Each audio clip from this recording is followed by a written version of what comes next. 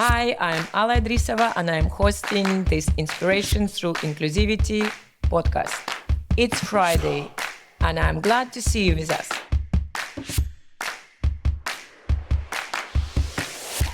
Hi, Dieuwke. It's nice having you today. Dieuwke, can you please introduce yourself? Yes, I'm Dieuwke van Buren. I'm 33 years old. I do live in Amsterdam and I have three young kids. They are 6, 4, and 2 years old. And I'm one of the initiators of Equals and now having the officially managing director role. And before Equals, I spent 7 years on building Be Amsterdam in the west side of Amsterdam, an ecosystem for entrepreneurs. And together with one of the co-founders of Be, I also started Equals, and I started as an intern at B and saw a lot of amazing things happening where you're building a company. So I wanted to do as well. So experienced entrepreneur is like a zero. I started as an intern, so yeah, I don't know, but this is the first time actually on that side. But while building, I love to be in this startup, like trying things, coming up with new things, and not that corporate. I don't think I will fit in a corporate job, but we'll never know. We are in the center of Amsterdam, in the beautiful location. I love it. And maybe you tell me more about this location because you are managing director of this location. Yes, you're at Equals in the heart of our clubhouse, actually. It's in the city center of Amsterdam, and we host here a lot of programs around gender representation in the workforce. Yeah, and for me, I know Equals not only because of the Queen, but Women in AI. So you have here different women from all walks of life. You have entrepreneurs, you have again like a lot of non-profits and also corporates. And as far as I know, the model of Equals is for women by woman, woman by woman. Yeah. And can you also tell me how you come with this idea? What it's mean to you and how it all started?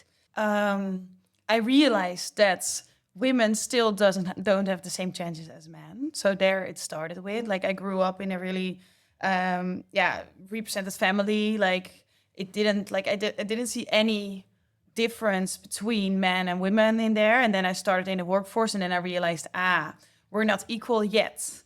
That's why we did see what we have to do around it. So do we have to focus on it? Because it's not going by itself. Like you saw that this week, it's not going by itself. So in the end, we said how can we make sure that we drive diversity and inclusion, but also build a company that we can see you can build a company on diversity and inclusion without just pushing diversity and inclusion in a voluntary way. But we also saw that there were a lot of, only in Amsterdam, more than 35 women organizations, women-focused organizations, women empowerment organizations, but they're so scattered. So they're volunteering, what's really nice, foundations or other small programs. And we thought, how can we combine this? Because if we're not that scattered, we will have more impact in the end. So that's why we thought, let's do Equals. Let's become an epicenter of all these kind of initiatives.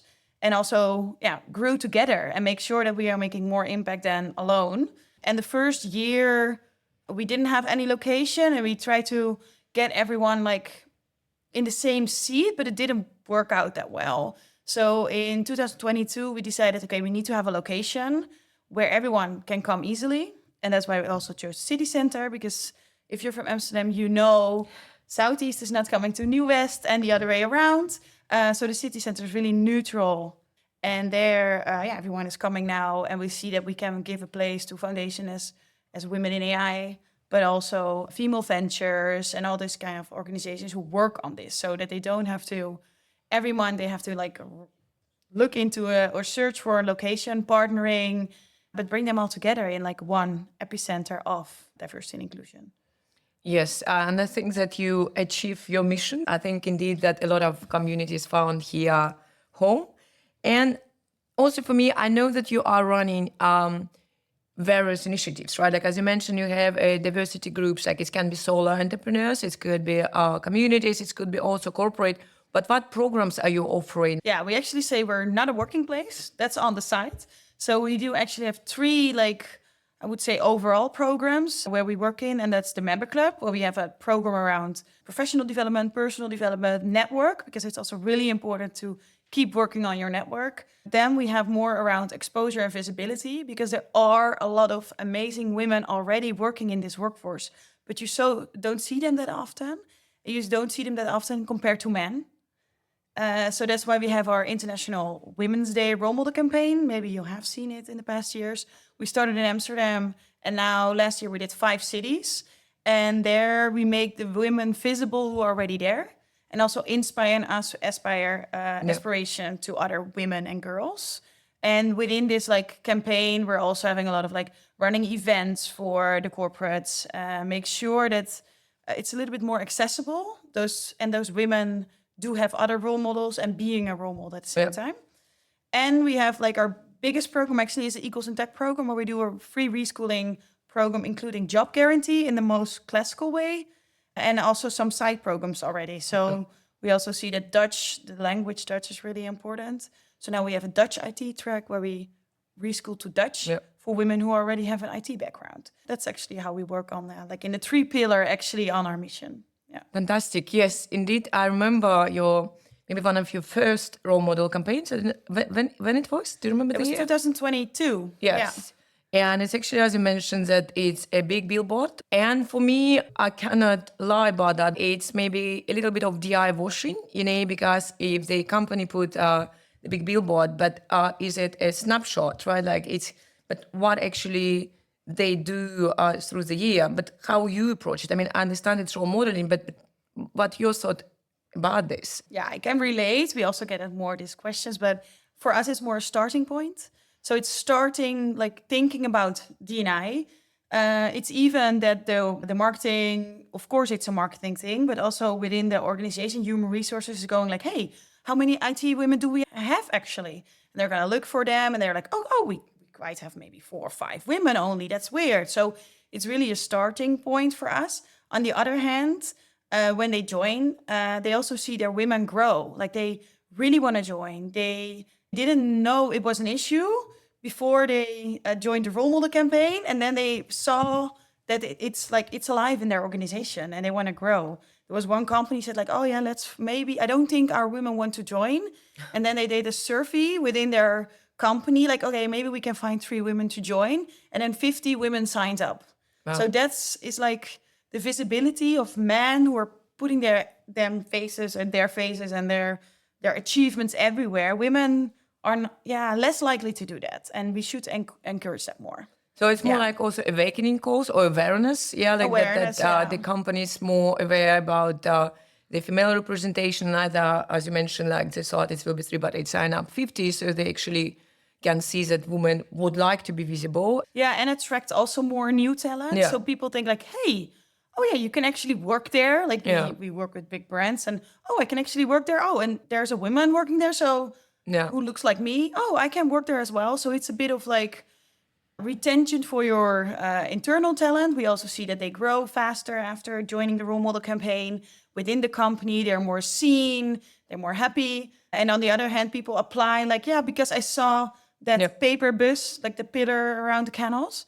So I think it's really a positive vibe. And I think D&I also often, and especially on gender, it's we know it. And let's maybe do some positive vibes around it. And I think we really do celebrate International Women's Day with look, you say they aren't there, but they are there. Here they are. We now all have 450 women joined the campaign. So they are there. It's fantastic. And it's also, I think, this day, it's originally not came from Western Europe. It's been initiated in Eastern Europe, but it's not making it less important. It's not even about, geography, but it's about celebrating women and acknowledging achievements and being mothers and professionals and all the roles that we have. And I think that's the most important thing within the campaign. We have the diversity in all ways. So in ages, in cultural background, in senior, junior positions, moms, no mothers, exactly. Part-time, full-time. So that everyone can think I can do it as well, because there's still some one picture around this IT, especially, and also entrepreneurship. Yeah, but I also want to be a mom, for example, or I also value this much in life, or I don't like sitting behind the computer 50 hours, those kind of things. And those assumptions are also a bit challenged in this kind of way. Yeah, I love it. I love it because this assumption sometimes it's limiting beliefs, and you actually opening up like and dissemble this myth, that you need to be one or another, right? And It's also you can be because, everything. if you don't see that in your, like, of course you have like your first circle, your second circle, and your third network. And this first one, that's still the one where you're looking into role models the most, and you value the role models the most. Absolutely. So if your mom or dad does this, then you more likely to go that way as well. And especially in some kind of like, social environments, you just don't see other things. And you can think outside of that bubble that you are growing up in as a kid. Like, of course, like we all have our own bubbles. We want to extend that, and we want to make sure that girls and other women can see like, hey, that's also possible for me because she looks like me. Or I am capable of that as well. I just have to... As you mentioned, the role models, we all have our own, and it's super important. Your community, as you mentioned, it's been at the beginning, that it was mini steps, baby steps. Like it's like with everything. It's almost been as a startup. But now you are well known. You have a second location in Den Haag. Your community is growing. We're all competitive one way or another. But you managed to overcome this competition between different communities that they come to Equals like home. What is your secret? I don't believe there is competition on gender equality because we are not there yet. So we achieved a lot, and of course we are more well known, but not everyone knows us. I still have conversations with applicants at Equals that they say like, hey, I didn't know Equals before I saw this vacancy, for example.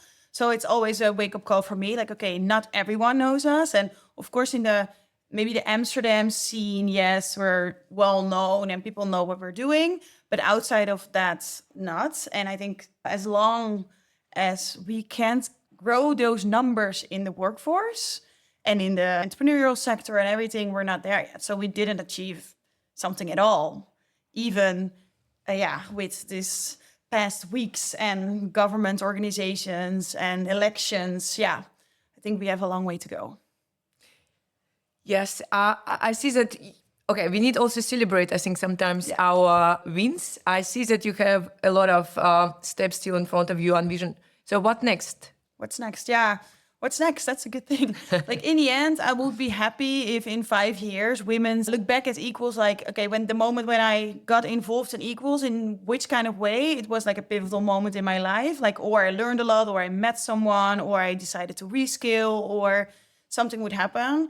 And therefore we need to grow. So we still want to grow. I still want to change that number in the workforce. Still 18% of the IT workforce is a woman. So we should make sure that we make companies aware of the right women IT talent that's there, reskill them, and also prepare them for the future. Because in the end, like the digital skills in every kind of job, it's going to be important. And if you don't step on that boat now, you will miss that boat of growth as well. And that means as well wealth and financial growth and social growth. And I think we, as a woman, as a collective group, we shouldn't miss that boat, because then we miss this, in the end, this growth in the society.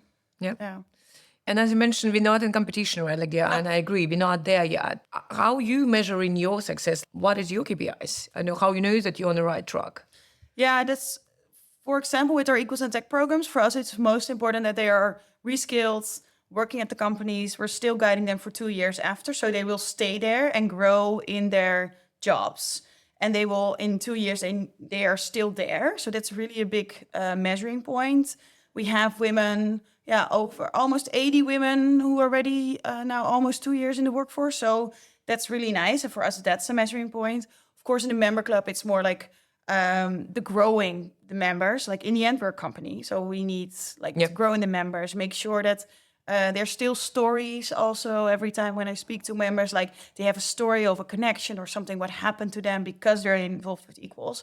And that actually are our measuring points. And in the end, it's important that we are an actual solution for an actual problem that companies have. So we don't want to be another just another diversity and inclusion gender project, because that's the first thing what will be out when now the economics are not that going well. in that case, we're more, every month we're pivoting a bit.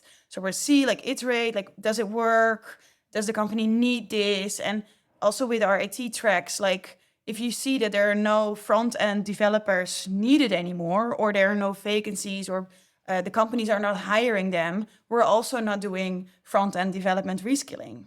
Yeah. So you like startups still, iterate, even so you're big, but you are listening, you're looking into trends outside. Yeah, we're and definitely a startup. Yeah. Because we start small projects every day to see if it's something. And I think the most important thing with gender diversity and driving this is to be in core business of businesses. Yeah. Because if you don't bring women in the workforce in core businesses, they will be out as fast as they came in. And that's not what you want to do. And you've mentioned, right, that one of your KPIs, or like how I can say that it's a personal stories. Like for you now, I know you've been always fascinating for me how you manage it all. I know that you are first at Equals and you are living last and you're mother of 3 kids and young kids. So what is for you was the story what touched maybe you the most? And did you have something that's really like, okay, this is why I'm doing it, why I'm away from my kids, and this is story touched me the most? I'm still with my kids though. But that's definitely stories of our reskilling women, because there's one woman who came up to me. She said, like, it started all when I saw this big paper bus in the city. Like, hey, I can do this. In the same month, she applied for our academy. She got in. She got her interviews. We prepared her. She got in. She got interviews. And now, like, she's 1 year in, and she came back to me and she said, like, yeah, okay, it was such a roller coaster, but I'm so happy. I never thought that I was able to do this. And yeah, those are the most rewarding stories in the end, because you changed their lives, actually.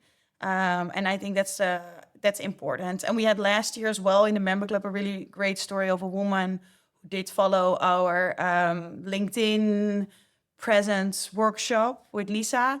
And she applied for a really big job the day after. And she said, I felt so strength.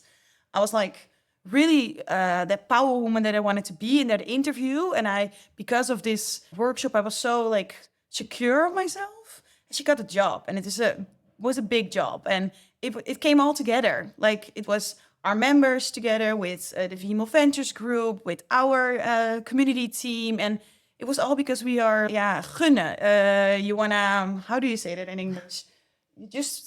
You are happy if someone else is breaking through. Yeah. And I think that's the most important thing in this whole topic, is that we have to be a little bit more happy for each other when someone achieves. And I feel it from you now, is that you in your voice also happy, like even sharing these stories. Gunnen, this is what in Dutch? But gunnen, it's gunnen, like... Inspired? Nee? I had some Dutch yesterday. Oh my god, yeah. That's, you okay, I will come back to it. Okay. I know it. Yesterday I had the same something like sometimes with this word. Yeah. Okay, if I'm a business, right, like, and I would like to join Equals, where I start, what I can get, what is it Equals can offer me? Yeah, for entrepreneurs, we have multiple things. Of course, we have our momentum program, because we see that women want to start a business but don't know where to start. And then in a scalable way, but that's really ideation validation for you. You're a little bit further already. You have your company running. We do programs like AI with your business. So how to use AI and make sure that you're growing. On the other hand, we have like kind of a gym membership, of course. It's like we do have a program. This week we had like, I think, 9 events in 5 days. But it depends a bit, like if you're going to the gym, you're looking for the right workshop to follow, right? And that's the same thing what I always say here. We do have members who we see every month. We do have members who we see every day. We do have members that we see once a week. They just find a workshop that they think it fits. And we do have different kind of circles with entrepreneurs. And it's also a bit about the mindset. So it depends really on what you want to learn and where you are looking for. On the other hand, I think for entrepreneurs, it's the most important thing is to also ask other people. Like find the people that are still like-minding, but also like, okay, this is what I want to solve.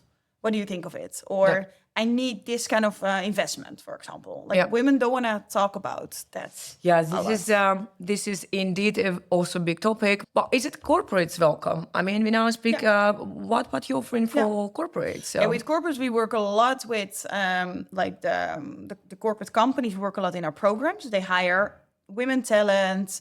Okay. We follow workshops with them. We do our retention workshops with them. So the women are more likely to stay as well. Like the current women that they have, they get new talent in. The role model campaign. So that's more corporate. The corporate women as well. Because the corporate women follow as well our programs within the member club. Yeah. We're also asking them a lot for like speaking or being in a panel. So we want to make just the right connections to make sure they're to secure their growth or even their stability of their job as well. Yeah. Okay. Yeah, I hear that you listen a lot. So maybe the last question, like what it will be your advice? How like again that this ODI movement it's still at the beginning. What do you think, like, for all of us, like, again, female organization, NGOs, networks, like maybe 3 things that we need to do for next year, get to the next level? Regarding women or regarding companies? Like both. Yeah, regarding this, I think what we've learned last year is that companies, they also say, like, the talent is not there because they don't give the chance to someone. And on the other hand, so it's giving chances, even when you're doubting, when someone has like crossed the line, like she has the right papers, she can do it, she can start, and she wants to join, like she is up for it. Give her that chance, really give her the chance. And of course, for the women on the other side, it's also not, you're not a diversity hire, or you're not, because you're a women entrepreneur, you're not sad or something. No, just make sure that you make it worth. So make that extra step. Just how you want to do normally a job. Like, make sure that you put effort in it and don't be like that victim all the time. And that's sometimes what I see in this whole, and that's why people also a bit of like, woke, no, it's woke. Because it's like, yeah, if you're there, make sure that you are just making your results, doing your job. Yep. Show you're there, like anyone else. And then gender doesn't matter anymore. Love it. Yeah. Yes. Thank you, Dieuwke. Great that you stay with us till the end. If you enjoyed our conversations, please subscribe. And I hope that you had enough inspirations and learnings to reflect over the weekend.